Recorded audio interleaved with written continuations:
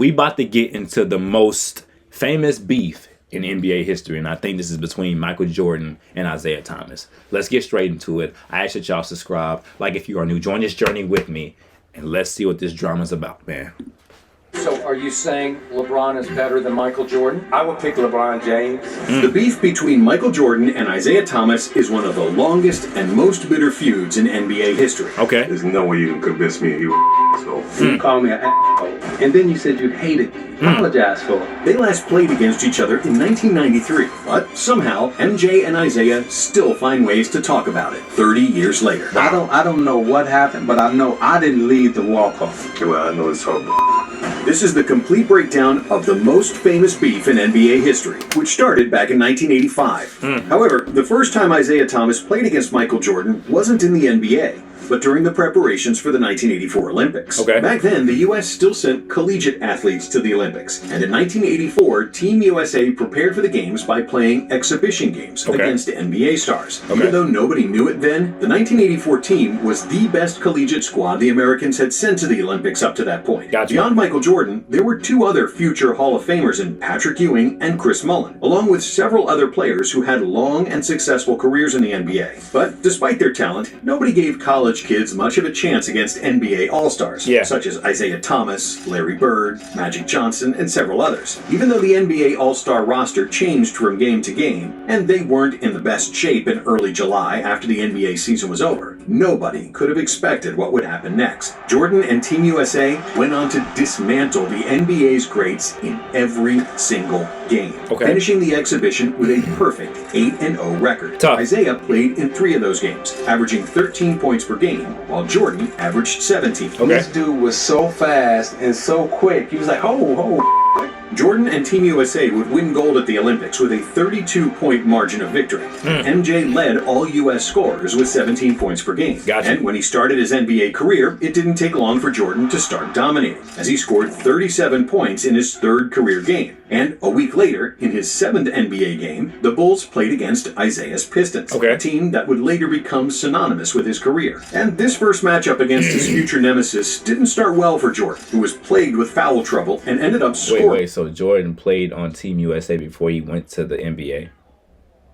Like before he played the NBA season, so he played that summer in the Olympics, and then he started off his first season in the NBA.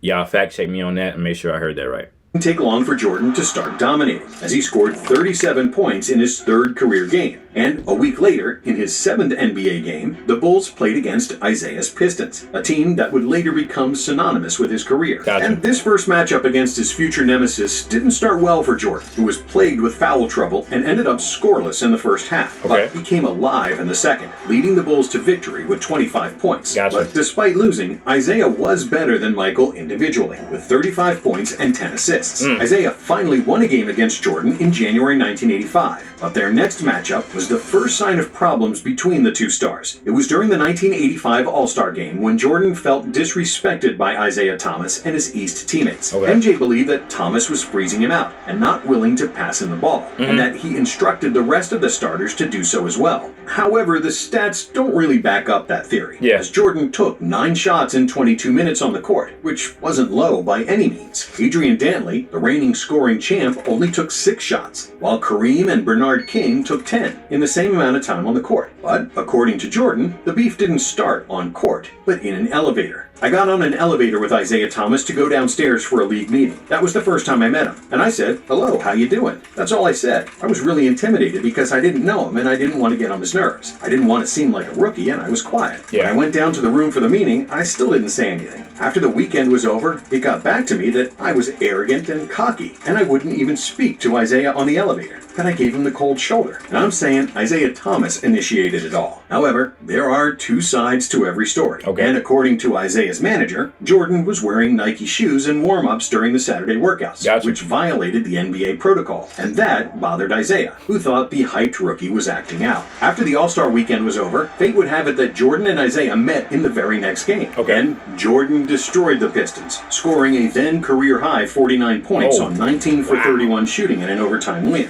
It was a grudge game from my standpoint, said Jordan, who always took things personally. The Okay. media picked up on the freeze-out story, and after So the Michael Jordan was taking stuff personally, even like, you know, as soon as he came into the league, basically. Okay, he was okay. He wasn't about to be pushed around. I got you. game, the headlines read, Jordan gets his revenge, scores 49. The beef was officially born. In 1987, The media don't make it no better established either. a new career high, again against the Pistons. Jordan poured in an insane 61 points, shooting 22 for 39 from the field Sheesh. in a 125 to 120 OT victory. Sheesh. However, in the playoffs, MJ had to swallow many bitter pills. In his first 3 playoff appearances, the Bulls won just 1 game. And when Jordan finally won his first playoff series in 1988, he immediately got humbled by Isaiah and the Pistons, who defeated the Bulls 4-1 in the second round. In Yeah. the next 2 seasons, the Bulls made the conference finals, but both times they lost to Detroit. It proved to be an unsolvable riddle for Michael. By implementing the so-called Jordan rules, the Pistons used to beat the crap out of MJ, I heard. using hard fouls to slow down the best player in the world. However, when talking about Jordan, That's Isaiah kind of crazy though, to know that a team like has, I wouldn't say has it out for you,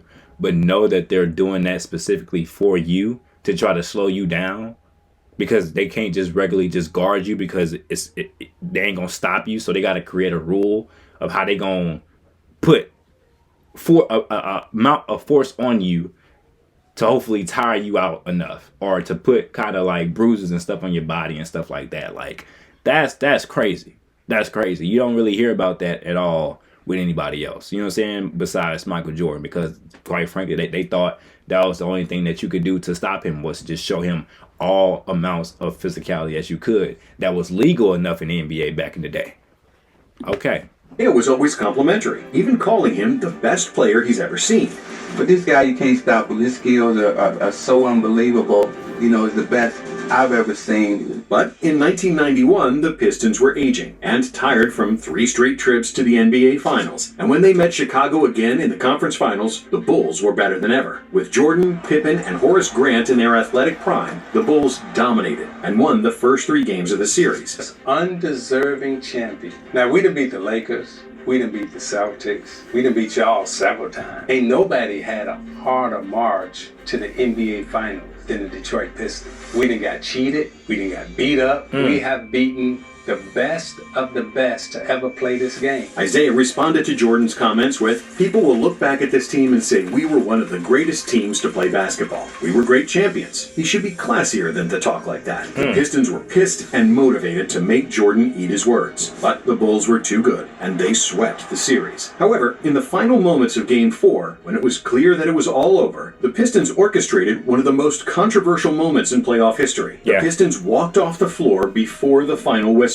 walking past the Bulls bench with their heads down, refusing to shake the Bulls players' hands and congratulate them. Which is I didn't crazy. lead the That's walk-off. crazy. There were several people in the center field. I don't know what happened, but I know I didn't lead the walk-off. Yeah. If I'd have known that it would have caused this much stir, then we would have shook hands. This sparked a ton of controversy and added more. I like y'all knew what y'all was doing when y'all walked off.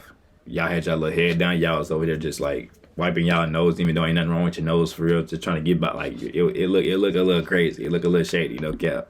Fuel to the beef between Jordan and Thomas. Jordan and Chicago would go on to win their first NBA title after they defeated the Lakers in the finals. And soon after that, Jordan received a phone call that would change basketball globally. The person calling him was Rod Thorne, who was part of the U.S. Olympic Selection Committee and was tasked to convince Jordan to play in the 1992 Barcelona Olympics. Rod Thorne calls me and says, "We would love for you to be on the dream team." I says, "Oh, who's our player?" You know, he says, "Well, the guy you're talking about, or you thinking about, he's not going to be playing." And according to the book Dream Team, author Jack McCallum quotes Jordan saying, "Rod, I don't want to play if Isaiah Thomas is on the team." Wow. McCallum also released a podcast series with the actual recording of Jordan saying that he decided against Isaiah being on the Dream Team. Rod Thorne called me and said, "Rod, I won't play Isaiah Thomas." He assured me, he said, "You know what? Chuck that Isaiah. So Isaiah's not going to be a part of the team." In the 2020 documentary The Last Dance, Jordan said that he indeed hated Isaiah, but denied that he had anything to do with Thomas's absence from the Dream Team.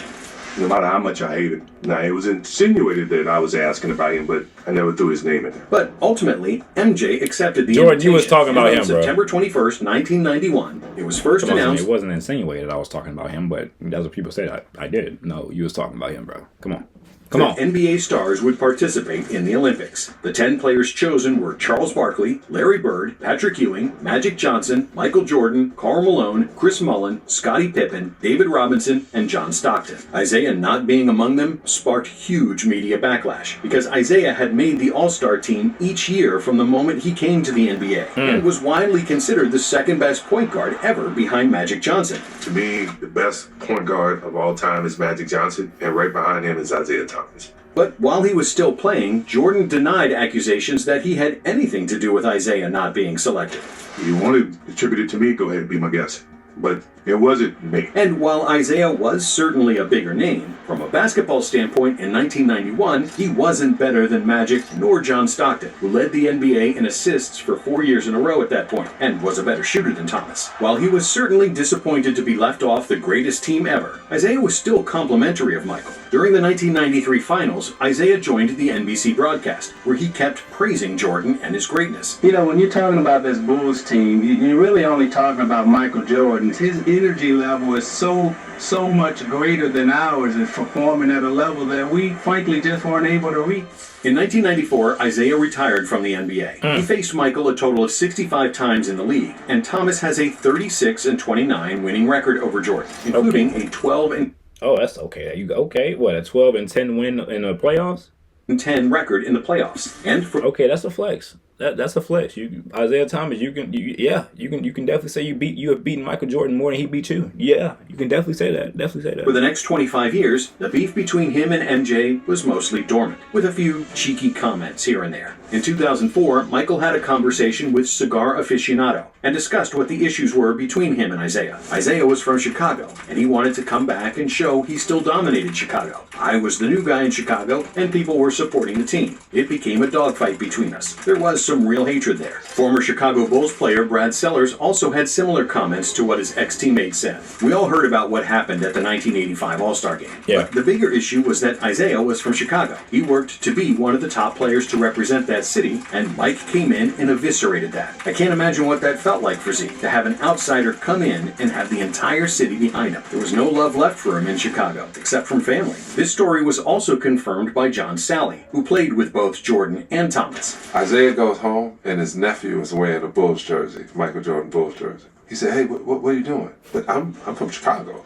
I'm down with the Bull movement. Isaiah was mad. In his brain, every time I play against this dude, I'm gonna try to go off so my nephew sees this is the jersey you should wear. In 2009, Larry Bird and Magic Johnson published a book called When the Game Was Ours, in which Magic said Isaiah killed his own chances when it came to the Olympics. Wow. Nobody on that team wanted to play with him. Okay. But Magic later denied those quotes, and Isaiah touched on this during an episode of Open Court in 2015. I got no problems with, the greatest player to ever play say he don't want to play with me, or Magic saying he don't. During that same episode, Isaiah also boasted how he always used to beat Jordan in the 80s. Yeah, Jordan was a great player in the 80s, but they were finishing third and fourth in the division. Yes. So I know all y'all watching want to say, oh, Jordan he was great in the 90s. Yes. He dominated in the 90s. Yes. But in the 80s, he was out in the first round. However, nothing stirred up this rivalry like the 2020 documentary, The Last Dance, which could have been more viewed than the actual NBA basketball in 1998. In the doc, MJ talked about the Pistons' walk-off during the 1991 playoffs. Yeah. You can show me anything you want. There's no way you can convince me he was so. 2 years in a row, we shook their hands when they beat us. There was a certain respect to the game that we paid to them. That's sportsmanship. But The Last Dance wasn't well received by many people involved with the story, most notably teammates Scottie Pippen, Luke Longley, Horace Grant, Bill Cartwright, Craig Hodges, and Ron Harper. Of course, Isaiah didn't like it either. Yeah. Thomas said he knew about the rivalry, but that he didn't know that Jordan hated him so much. I never knew this dude felt the way he felt until The Last Dance. Yeah. Thomas went on several podcasts where he talked about the topic, asking Jordan to apologize. You got on national television and you called me a hole. And then you said you hated me. You said that on national television. Now, if you didn't mean it, get on national television and apologize for it. Now, if you meant it, that's that we got smoke kind of talk right there. That's that we beefing kind of talk right there. Yeah. let it ride as it is. Isaiah also explained how he helped Michael when he first got drafted by the Bulls. When Michael Jordan got to Chicago, I made it real easy for him to walk those streets on the west side of Chicago. My family took care of him. Oh, After The Last Dance, Isaiah was determined never to mention Jordan as the GOAT ever again. Wow. Numerous times he cited LeBron as the best ever. So are you saying LeBron is better than Michael Jordan? I would pick LeBron James. And when he was asked who's the best player he played against, he put okay. Listen, Isaiah. Now you know more than anybody that you can't let personal feelings take away from, you know, what's the real. You know what I'm saying? So but if you initially you seen Jordan, you seen LeBron, you said LeBron's better, I get that 110%. If there was any time that you said that Michael Jordan was better than LeBron James, and then you switched over to say LeBron was better than Michael Jordan, you can't do that. You know why you can't do that? Because now it's showing that your feelings have gotten involved. You know, that's all. Jordan at number 4, which is quite different from what he was saying in the early 90s while he was still an NBA player. In 2021, during the NBA's Best 75 Players celebration, Jordan and Isaiah did their best to avoid each other, proving that the beef was still very much alive. And while Isaiah has publicly buried the hatchet with Magic Johnson, during a televised interview where both legends shared hugs and tears, it's unlikely that this will happen with Jordan. MJ is not on speaking terms with Scottie Pippen anymore. He hasn't spoken to Charles Barkley in over a decade, and is known to be very petty. Because, as we know, Michael Jordan takes things personally, and he and Isaiah will probably hate each other to the grave. Thanks for watching. And hey, if you... I hope not. You know what I'm saying? At the end of the day, it's basketball. You know what I'm saying? I don't think...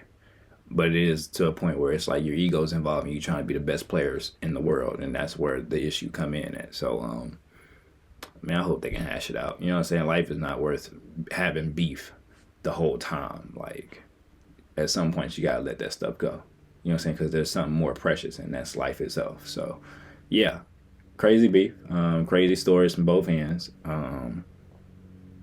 And yeah, that'll be all for this reaction video. I ask y'all subscribe, like if you are new, join this journey with me. Y'all be good. Peace out. Love.